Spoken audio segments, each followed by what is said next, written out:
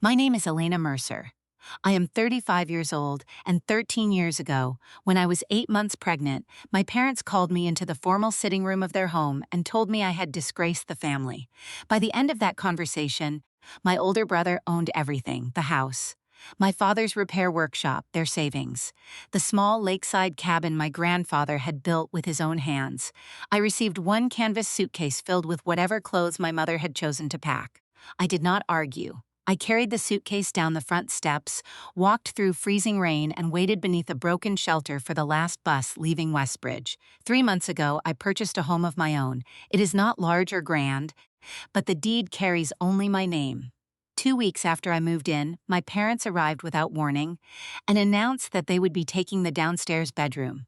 When I refused, my father told me I was stealing property that rightfully belonged to the family. The following morning, a legal notice was attached to my front gate. My brother's name was printed at the bottom. What none of them knew was that I had kept a locked metal box for 13 years. Inside it was every letter I had sent, every photograph that had been returned, and one envelope carrying a signature that would eventually destroy the story my brother had built. But before I tell you what was inside that box, you need to understand the life they came back to claim. Every morning, long before sunrise, I unlock the side entrance of Mercer House Flowers. The shop sits on a quiet corner in Ashford, a coastal town where the morning smell of salt, wet pavement, and coffee from the cafe across the street. I switch on the small lamps above the workbenches, fill the metal buckets with clean water, and begin trimming stems before the first customer arrives. Roses go near the front window. Lilies stay in the cooler. Wildflowers are arranged loosely because I have always believed they look better when they are not forced into perfect lines. The shop has 6 display tables, an old wooden counter, and a brass bell above the entrance that rings twice whenever the door opens. The bell has been broken for years. My daughter, Sophie, says I should replace it. I never do. Some imperfect sounds become part of a place. Sophie is 13 now. On Saturdays, she works beside me, wrapping bouquets, writing names on order cards, and recommending flowers to customers as if she has owned the shop longer than I have. She has my dark hair, her father's gray eyes, and the stubborn habit of helping people even when they have not asked. She is also the reason I survived the winter my family abandoned me. After I left Westbridge, I rented a room above a fish and chip shop near the Ashford Harbor. The walls smelled permanently of cooking oil, and the bedroom window rattled whenever the wind came in from the sea. The room contained one narrow bed, a chipped sink, and a heater that worked only when it felt generous. Sophie was born in early February during a storm that closed half the roads in the county. The hospital waiting area remained empty. No flowers arrived, no one called. I kept checking the door every time footsteps passed outside my room, even though I knew better. I named my daughter Sophie because the name sounded gentle, and I wanted gentleness to belong somewhere in our lives. For the first 3 years, I worked anywhere that would take me. I cleaned offices after midnight. I served breakfast in a roadside hotel. I folded sheets at a laundry service and brought Sophie with me when the manager was kind enough to pretend he did not notice. During the afternoons, I helped an elderly florist named Miriam Bell. Her shop was failing when I first entered it. The paint was fading. The sign leaned to one side. Half the refrigerator units no longer worked. I had gone inside to buy one small bunch of daisies for Sophie's first birthday. I counted my coins twice before placing them on the counter. Miriam watched me and quietly pushed half the money back. "You arrange flowers?" she asked. "No," I said. "You look like someone who could." That was how it began.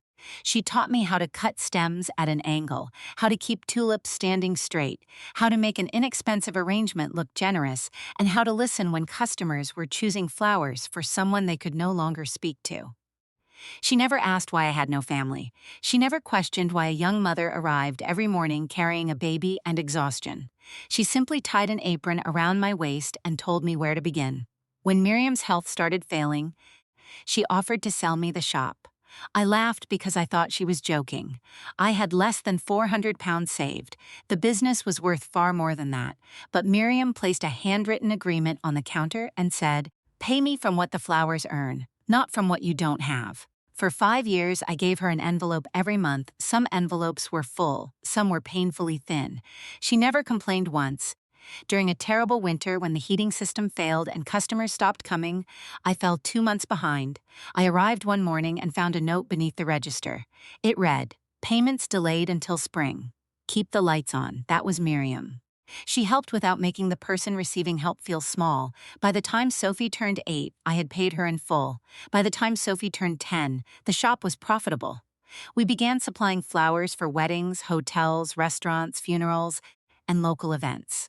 I hired 2 assistants. I replaced the coolers and repainted the storefront. Miriam still visits every Tuesday. She sits near the front window, drinks tea, and corrects my arrangements even though she officially retired years ago.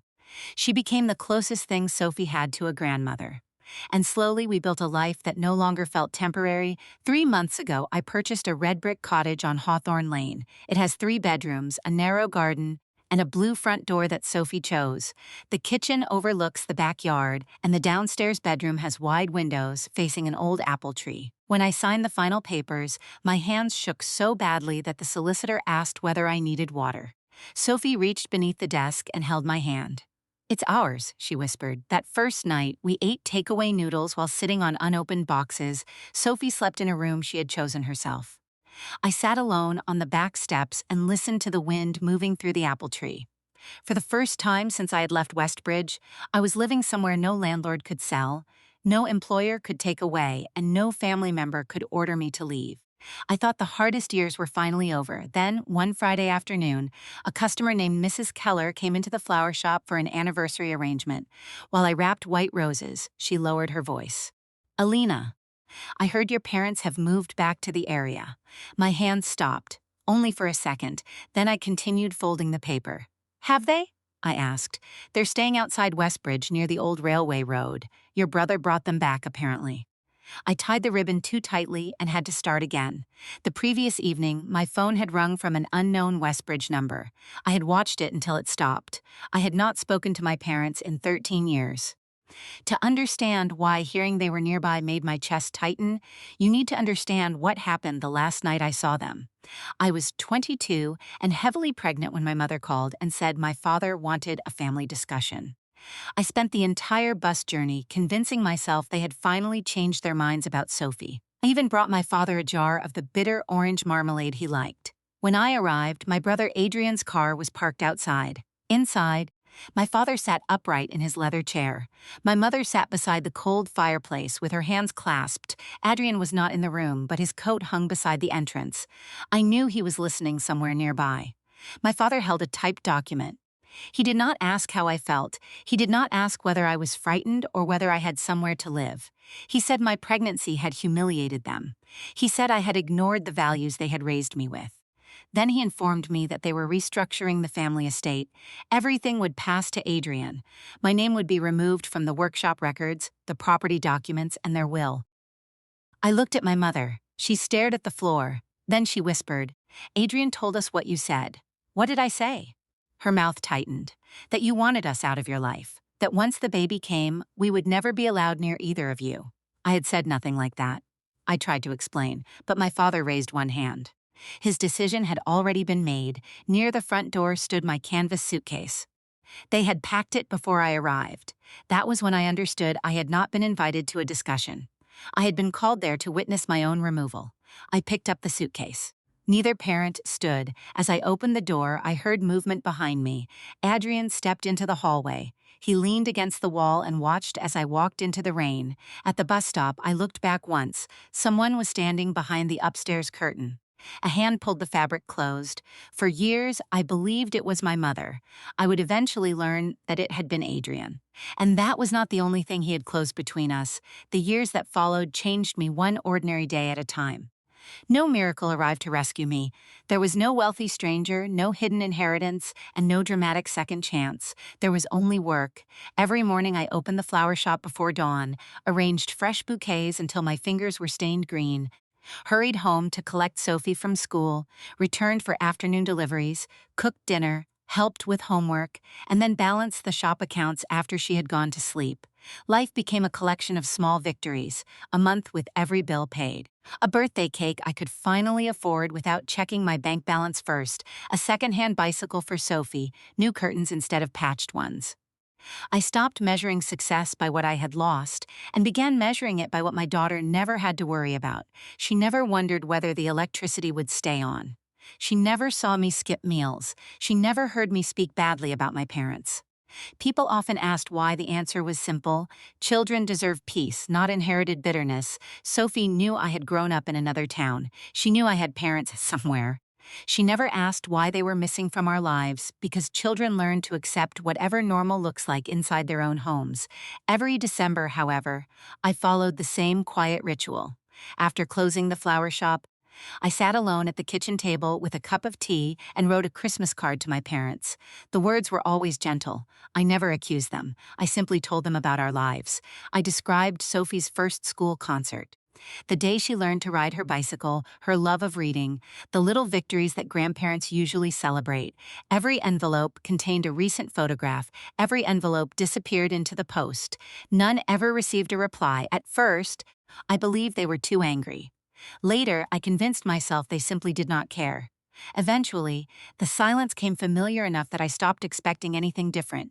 Still, I continued writing. Hope sometimes survives long after reason has surrendered. By the 10th year, the metal box in my wardrobe contained dozens of birthday cards, Christmas letters, photographs, and printed emails. Each one represented another unanswered attempt to reconnect. The hardest envelope rested beneath all the others. 5 years earlier, I had mailed a registered letter. Inside was a photograph of Sophie wearing her school uniform with a missing front tooth and the biggest smile imaginable. The note inside read only, "She is your granddaughter. If you ever wish to know her, the door is open." 3 weeks later, the envelope returned. Across the front, someone had stamped one devastating word: refused. I cried harder over that envelope than I had the day my parents sent me away, because that single word seemed final. It told me they had looked at my daughter's face and chosen rejection once again. After that, I stopped writing, not because I stopped loving them, because I finally believed I was no longer wanted. Life became quieter. The flower shop continued growing. Sophie entered secondary school. I hired another employee. Customers began recognizing the shop throughout the county. By the time we moved into our cottage, I believed the past had finally stayed where it belonged. I was wrong. 5 days after Mrs. Keller mentioned my parents, someone knocked on my front door. 3 firm knocks. Confident, expectant, I opened the door. Time had aged both of my parents. My father's shoulders had collapsed inward. His hair had become almost completely white. My mother's face carried deep lines I did not remember. For one impossible second, all I wanted was to hug them. Then my father spoke. "We need somewhere to stay." Not hello, not I'm sorry, not how have you been. Those 6 words erased the moment before it had a chance to exist. Behind them, parked half on the pavement, sat a black SUV. Adrian remained inside, watching through the windshield. He never stepped out. My father walked into my house without waiting for permission. My mother followed silently. They looked around the living room with careful eyes, the new furniture, the polished floors, the family photographs of Sophie, everything. Finally, my mother nodded toward the downstairs bedroom. That room should be suitable. I frowned. "For what?" "For us," my father answered as though explaining something obvious. "We'll need to move in before the end of the month." I stared at him. "I'm sorry." "What?" he sighed impatiently. Adrian explained everything. "This house belongs to the family." I laughed, not because it was funny, because nothing else made sense anymore. "This house belongs to me." My father shook his head. "Your brother said you bought it using money that should have been ours." I blinked. "What money?" "The family money." I had absolutely no idea what he meant. Every payment toward this house had come from 13 years of arranging flowers, delivering wedding bouquets, working weekends, skipping holidays, and saving every extra pound. There had never been family money. There had never been help. Yet my father spoke with complete certainty. Someone had convinced him of something that simply was not true. My mother slowly touched the kitchen counter. "It isn't much," she murmured, "but it'll do." She was already imagining herself living there. Neither of them had asked. Neither seemed to believe they needed permission. Finally, I opened the front door. "You need to leave." My father stood slowly. "You'll regret treating family this way." I looked directly at him. "I learned how to survive without family 13 years ago." Neither answered. They walked toward the SUV. As my mother climbed inside, Adrian looked directly at me. He smiled. It lasted barely a second, then they drove away. I believed that was the end. The following morning proved otherwise. At 6 o'clock, I stepped outside to collect the newspaper. A thick envelope had been taped to my gate. A silver sedan idled across the street. The driver watched until I removed the envelope, then he drove away. Inside was a formal legal notice.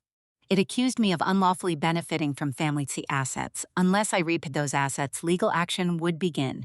Near the bottom appeared one familiar signature: Adrian Mercer, not my parents. Adrian, the accusation was absurd. There were no shared accounts. No inheritance, no loans, nothing connected my finances to theirs. Still, official paper has a way of creating fear. I spent the entire morning distracted. Customers noticed, even Miriam quietly asked whether I felt ill. That afternoon, I booked an appointment with a solicitor. She read the letter twice before placing it back on her desk. "This isn't a lawsuit," she said. "It's intimidation." "So I shouldn't worry?" "I didn't say that." She leaned forward.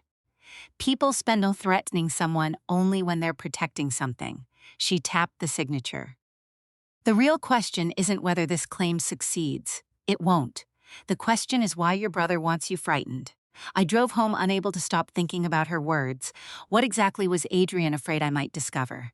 That evening, while Sophie finished homework upstairs, I unlocked the metal box for the first time in years. I sorted every envelope by date: Christmas cards, birthday cards, photographs, gap mounds.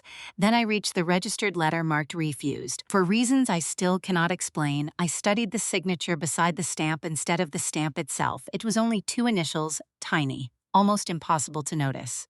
But something felt wrong. It did not resemble my mother's handwriting.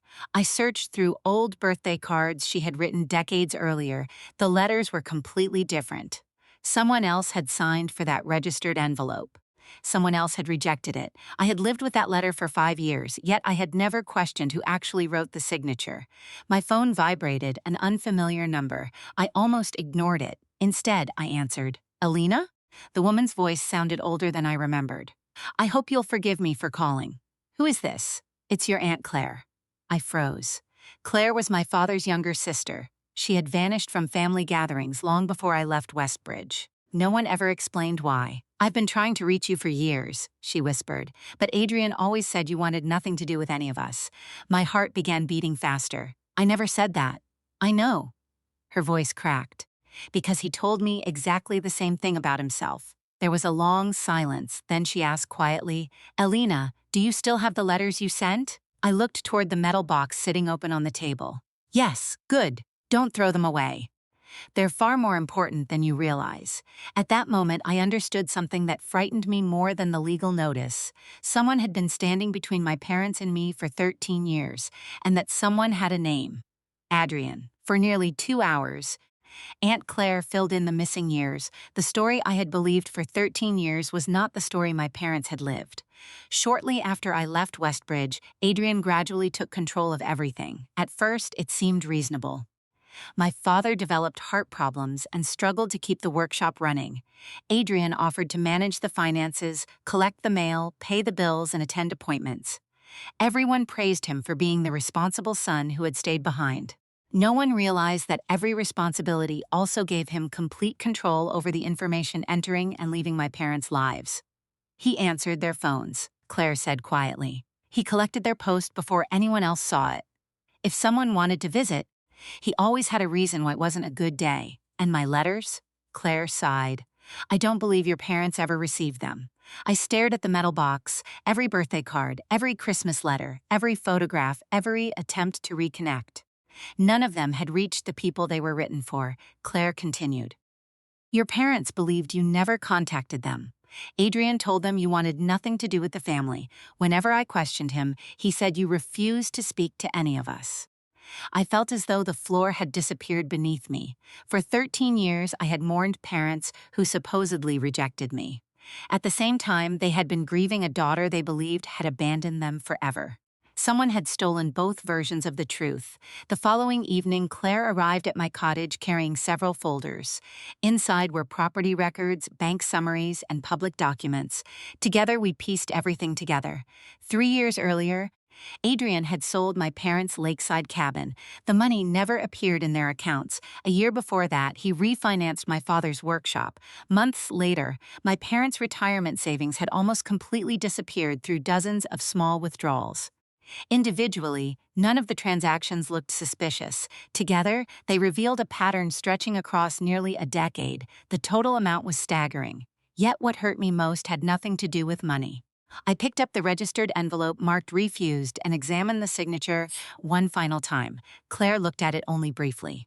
That's Adrian's handwriting. The room became completely silent. 5 years. For 5 years, I had believed my mother had looked at a picture of Sophie and refused to accept it. Instead, my brother had intercepted the envelope, signed my mother's name, and returned it. He had written the word that broke my heart, not her, him. I cried harder that night than I had the evening I was thrown out, not because I had discovered another betrayal, because I realized my daughter had been denied grandparents who never even knew she existed. 3 days later, a cousin called. "There'll be a family meeting on Sunday," she said. "Adrian wants everyone there to discuss your parents." I knew immediately what he intended. He wanted witnesses. He planned to present himself once again as the devoted son carrying an impossible burden while portraying me as the selfish daughter refusing to help. This time, I was ready. Before leaving home, I placed the metal box into a canvas bag. Alongside it, I packed copies of the property records, retirement statements, and the registered envelope. When I entered the community hall, nearly 15 relatives were already seated. My parents occupied 2 chairs near the front. They looked older than I remembered only a week earlier. Adrian stood confidently beside a table, greeting everyone with polite smiles. When he saw me enter, he smiled as though nothing in the world worried him. The meeting began exactly as I expected.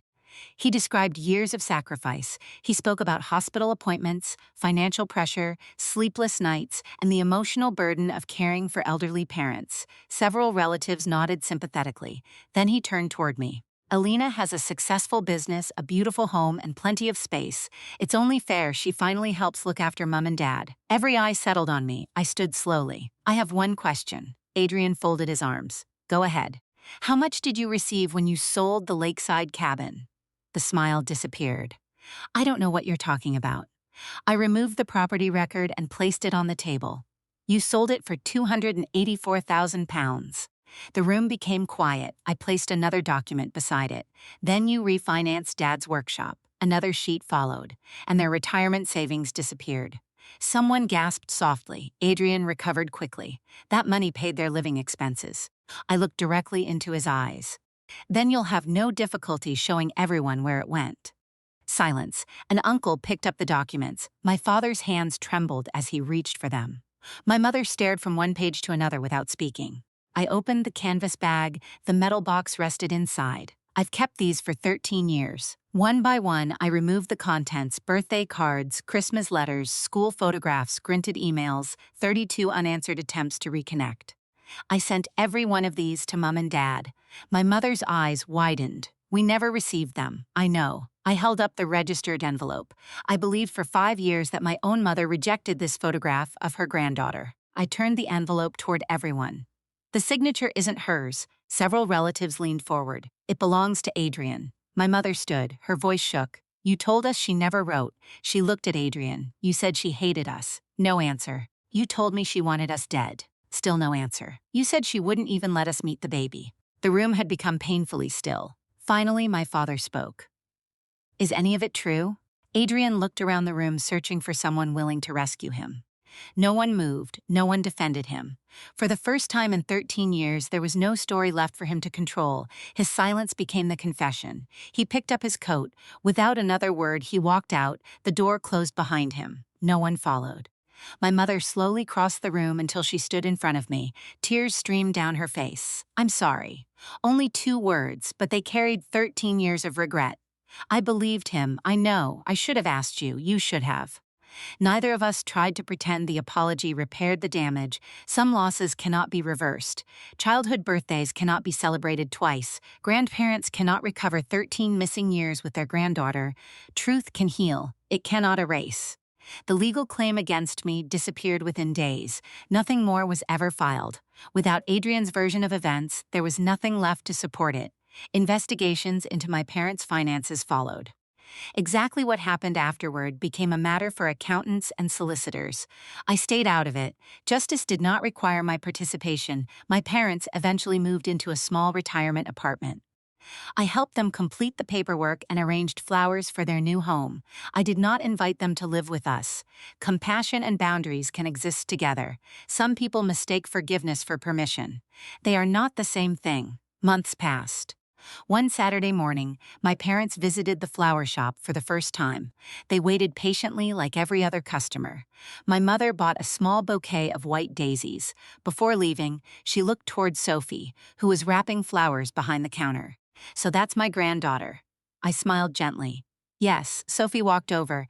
She had heard enough of the story by then to understand who they were. She offered them the same warm smile she gave every customer. No anger, no bitterness, only kindness. My mother cried quietly as Sophie handed her the bouquet. When they left, Sophie slipped her arm through mine. "Do you think they'll come back?" "I think they might. Is that okay?" I looked around the flower shop we had built together. The shelves filled with fresh blooms, Miriam laughing with customers near the front window, the old brass bell ringing twice as another customer entered. Everything I had built after losing my family now surrounded me. "I don't know what tomorrow looks like," I answered honestly. "But I know this. No one can take this life away from us." That evening, I climbed onto a chair in the kitchen and placed the metal box on the highest shelf above the cupboards.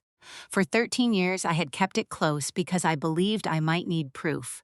Now I finally understood something more important than proof. My worth had never depended on whether someone else believed a lie about me. I was never the daughter who failed. I was simply the daughter who kept loving after everyone else stopped looking. The next morning, I unlocked the flower shop before sunrise, switched on the lights, and began arranging fresh flowers for another ordinary day. Outside, the streets of Ashford slowly filled with people beginning their own mornings. Inside, the old brass bell rang twice. I smiled. Some imperfect things are worth keeping forever.